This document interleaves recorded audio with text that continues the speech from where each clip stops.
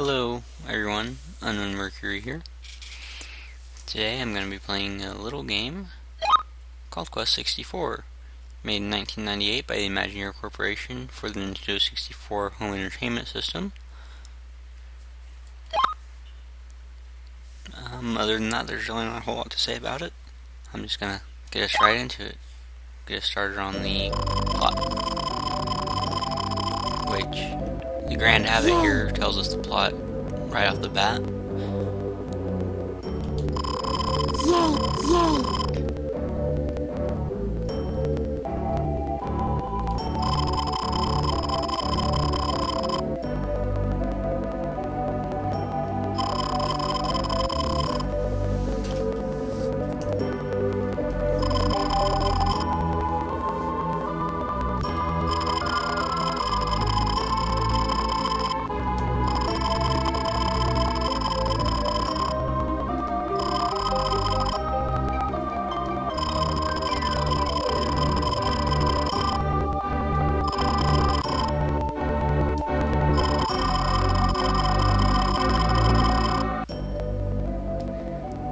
Alright, so my name is apparently Lord Brian. I'm trying to remember, he was either 10 or 12 years old, but his father has disappeared looking for the stolen Eletale Book, which, if put into the wrong hands, will bring about a day of grief. Talking to this woman explains about the spirits, which I will just go ahead and sum up right here. There are 4 elements, and you can access them with your C-stick, and those are up is fire, left is rock, down is water, and right is wind. And as you level up the spirits, you get more spells, and eventually you have to start combining them. And the way the game works, or the way the level up system works, is you battle until you get enough experience to get your next spell. And once you've done that, you just choose which element to put it in. There are also hidden spirits throughout the game that what the hidden spirits do is basically they're a free level up if you can find them. The problem is, the higher your level goes, the more spirits you get, the harder it is to level up, and the harder it is to get new spells. So you have to kind of balance that out. I'll be getting the first few hidden spirits all the way up through the first boss, and then after that I'll probably be waiting until later on in the game and then go back to the ones that I missed. Alright. And I just got dewdrops. 3 things of them. They give me 10 magic points of recovery. Useful in battle. In fact, only useful in battle because your magic regenerates as you run around.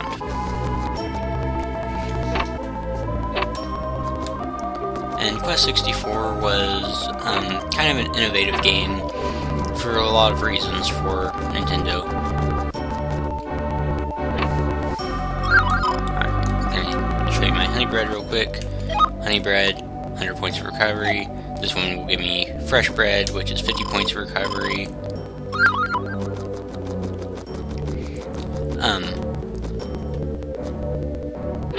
But the game is innovative because it actually had a level up system, which at the time for a 3D game was almost unheard of. And for a home console system, definitely.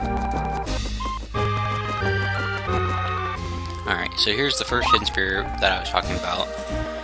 For right now, I'm going to be putting my points into water until I get 7 or 8 points, and then I have my first healing spell. And after that, I'll just be putting points into an element until I get a new spell for it, and then moving on to another element.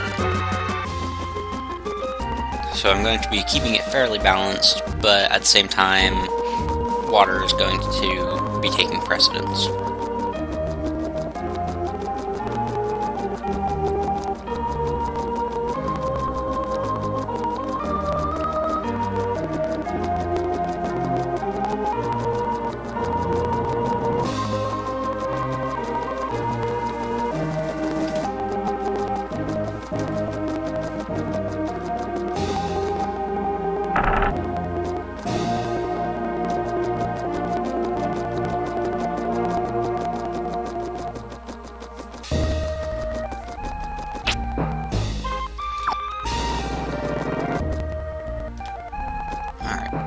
So the first thing I'm going to do now that I'm here in town is I'm going to come over to this shop with the little scroll sign,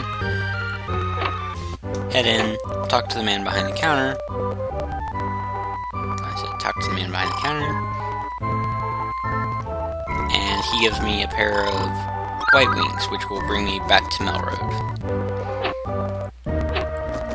The wings can only be used in a wide open space, so not in a town, not in the forest, not in caves. Which is actually kind of limiting of how useful they actually are. But I'm not going to be picky. And up this hill there is another hidden spirit. The first few aren't really hidden. They're actually really easy to find. You just have nowhere to look for them. Put into water again, and move on. None of the houses in this town have a chest or anything that I can get anything out of, so I'm just going to be ignoring those and the people in the town.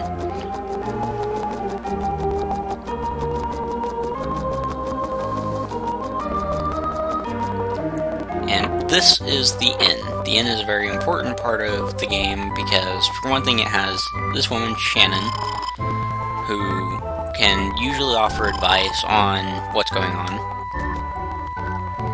And then it's also the place where you save your game.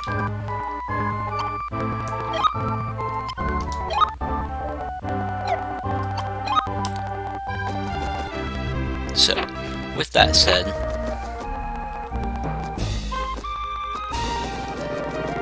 it's time to head out of Melroad and start on our way to Donneran.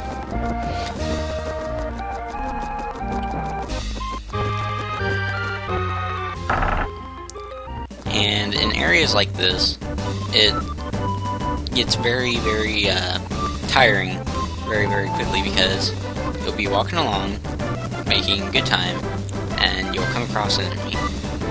And I have had it to where random encounters happen 3 or 4 times in the space of a minute.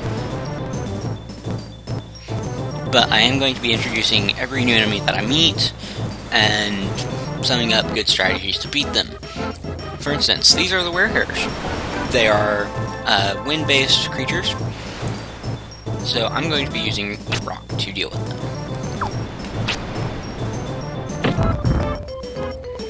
And the best way to dodge their attacks is to be running around. Quick rundown of the battle screen, battle system. It's turn-based, you go, one enemy goes, you go, another enemy goes, and so on and so forth for however many enemies there are.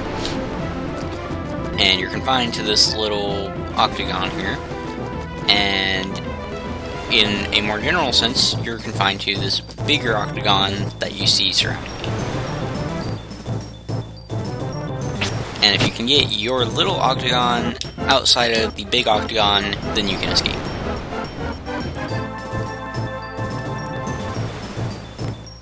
I'm going to skip my turn in favor of my staff.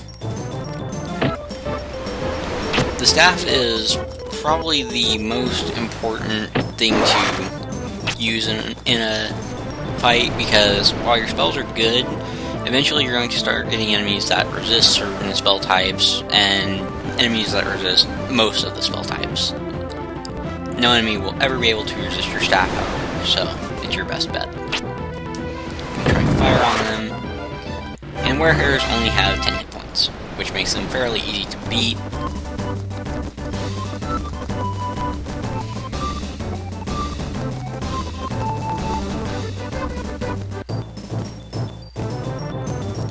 3 more werehairs, and I'm just going to escape from this fight.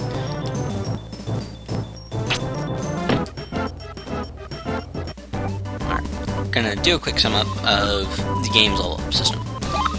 You have 4 stats: hit points, magic points, defense, and agility. And each one raises the more that you use it. So, the more I get hit, the higher my defense and my hit points are going to rise. The more magic I use, the faster my magic is going to rise. And the more that I run around in aimless circles, the faster my agility raises. And hit points and magic points are obvious. Defense actually determines how much damage you can shrug off from your hit points. So, like an attack that would normally do 10 points of damage with my defense 4 only does 6 points of damage. And the higher my agility is, the more likely I am to dodge their attacks.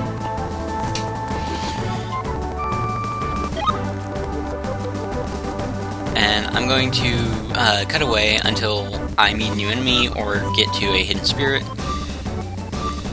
I'll be back in a second. Well, that did not take long. Alright, our first enemy that just attacked me was the Parasol. The Parasol is not a very dangerous thing. Water doesn't have a whole lot of offensive capability, and that's pretty much all the Parasol is a water-based enemy. The Bumbershoot is a little bit more dangerous because it does fire attacks. The best way to deal with both of them... Don't know why that happened.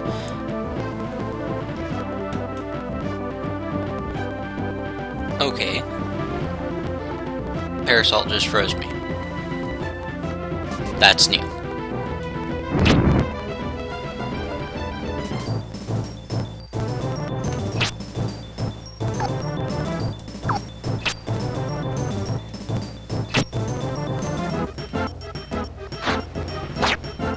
I guess this game does have a few tricks that I've never seen before. And unfortunately, I can't really retaliate because I can't move. There we go. Alright, so just whack with my staff to kill it.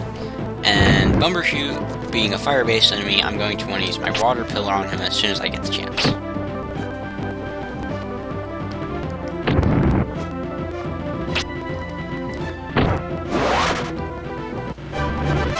They each only have 10 hit points, but they're a lot more dangerous than the werehairs are. Alright. And just got Water Pillar level 2, which does more damage. Gonna head over here for my third hidden spirit. And meet a new enemy. This is the Big Mouth. Something about these enemies has always just bugged me. I mean, I guess it's the fact that they tend to, beat the living crap out of me whenever I fight them. But as a kid, I hated fighting these things. I would much rather run, but not an option. As you can see, the Big Mouth appears to be a water-based creature. So I'm going to be using fire. And hoping that it actually does something.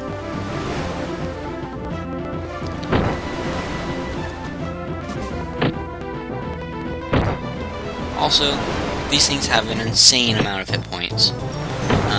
It's somewhere in the 25 to 30 range. Alright. I'm gonna run over here, grab the hidden spirit, and until I meet a new enemy or get to Dondron, whichever one's first, or hidden spirit, I'm just gonna cut away. Alright, hidden spirit number 4 is to the right of the path from Melroad to Dondron. You go inside of this house, which is the house of a apparent fortune teller, and it's right there. And this is number 4 on my list.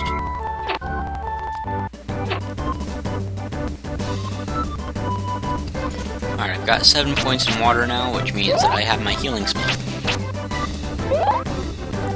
Right now it only does a measly 4 points of damage back to me. At the cost of 2 magic points. 2 magic points. But since magic regenerates so quickly, it's not really a problem.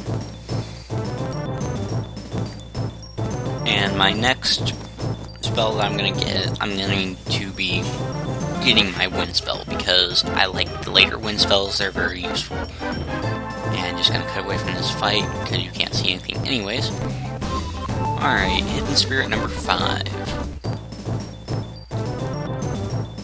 Maybe not. Well, this will give me a chance to show off my new and improved water spout spell that I got at 4 water points.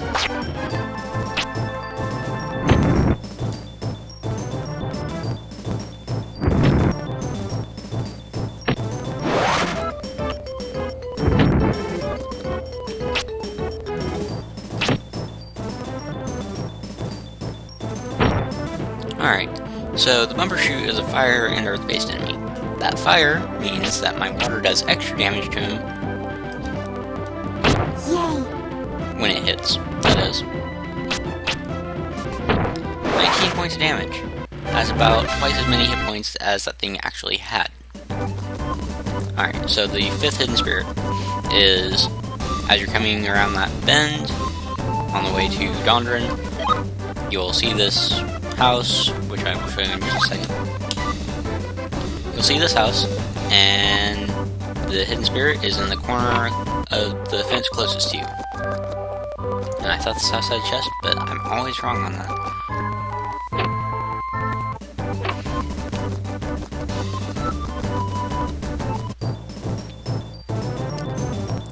Alright, another big mouth. I'm just going to cut away from this fight, because I don't want to see you get my ass beat.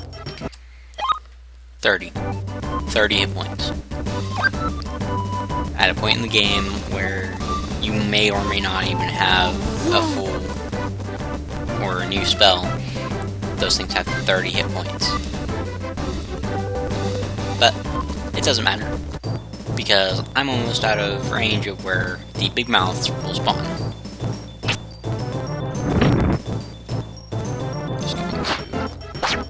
Kill that thing as quickly as possible. I don't want to get frozen again.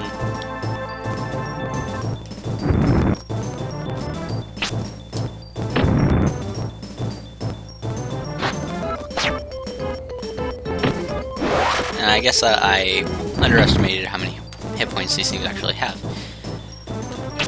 It would appear they have somewhere closer to 15.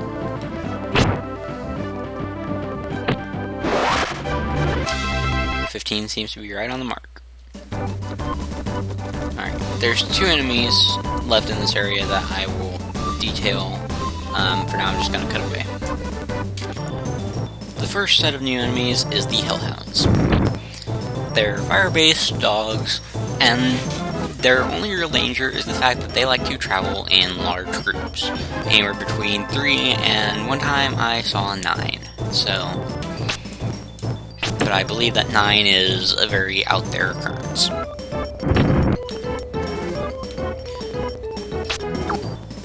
A simple water pillar spell is enough to take care of them. I don't even have to use water pillar level 2 on them. Or I can just hit them with my staff. Not really a whole lot of danger coming from these things. And I got my new wind spell, Wind Cutter level 2. I'll show that off whenever I meet another enemy. And next I'm going to be upgrading my rock, because I like the rock spells too. Alright, just going to show off my Wind Cutter level 2, even though it's pretty much useless on these werehairs. Wind Cutter level 1 only shoots 1 blade of wind. That's the one that these things use, although theirs is a bit more homing than mine is. Wind Cutter level 2 shoots 2 blades of air, which means that I can possibly hit 2 enemies.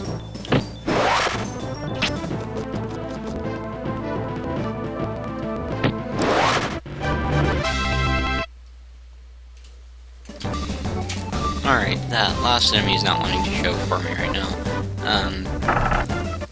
We'll see it next video for sure. I mean, heading to the woods I always encounter at least 2. Alright, so we are now in Dondrin, but before we head to the castle, there's a few things that we need to do.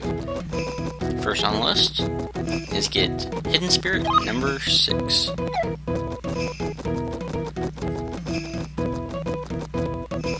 Down here on the beach of Dondrin, just grab it and put it into Earth.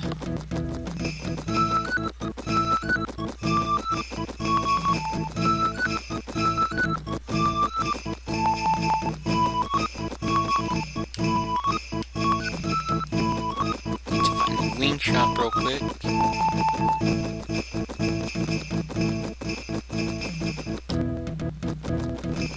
I always get lost in Dondrin.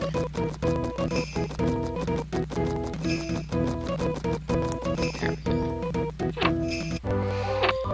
Alright, this allows me to get the yellow wings. They work the same way as the white wings, except they take me back to Dondrin instead of back to Melroad.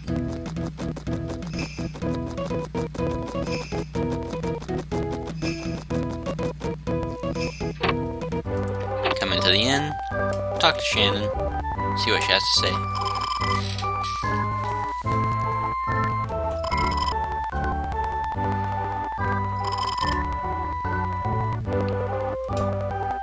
Alright, so a thief has blocked off the woods. I'm gonna call this video a wrap for right now, and I will see you next time on Quest 64.